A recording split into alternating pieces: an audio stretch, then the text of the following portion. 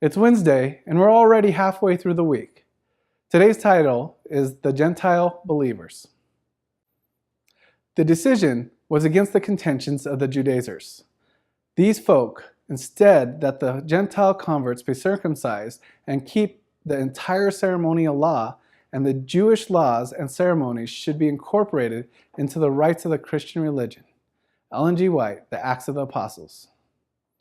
It's interesting to note in Acts 15:10 the way in which Peter depicted these old laws as yoke that they were unable to bear. Would the Lord who instituted those laws make them a yoke on his people? That hardly seems so.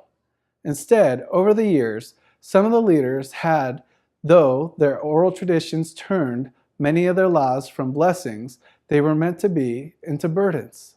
The council sought to spare Gentiles from these burdens.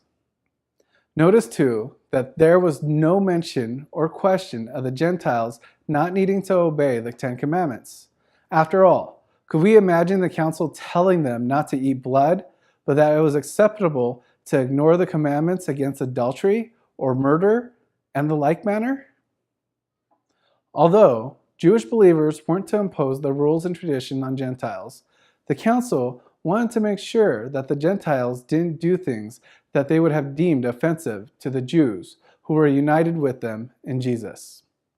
The apostles and elders, therefore, agreed to instruct the Gentiles by letter to abstain from meats offered to idols, from fornication, from things strangled, and from blood. Some say that because Sabbath keeping wasn't specifically mentioned, it must not have been meant for the Gentiles. Of course, the commandments against lying and murder weren't specifically mentioned either, so that argument means nothing. Could we, in some way, be laying on other people's burdens that are not necessary, but are more from tradition than divine command? If so, how? Bring your thoughts to the Sabbath School class this week. Thank you so much for watching. Please do not forget to share the video with all your friends and have a blessed day. Thank you.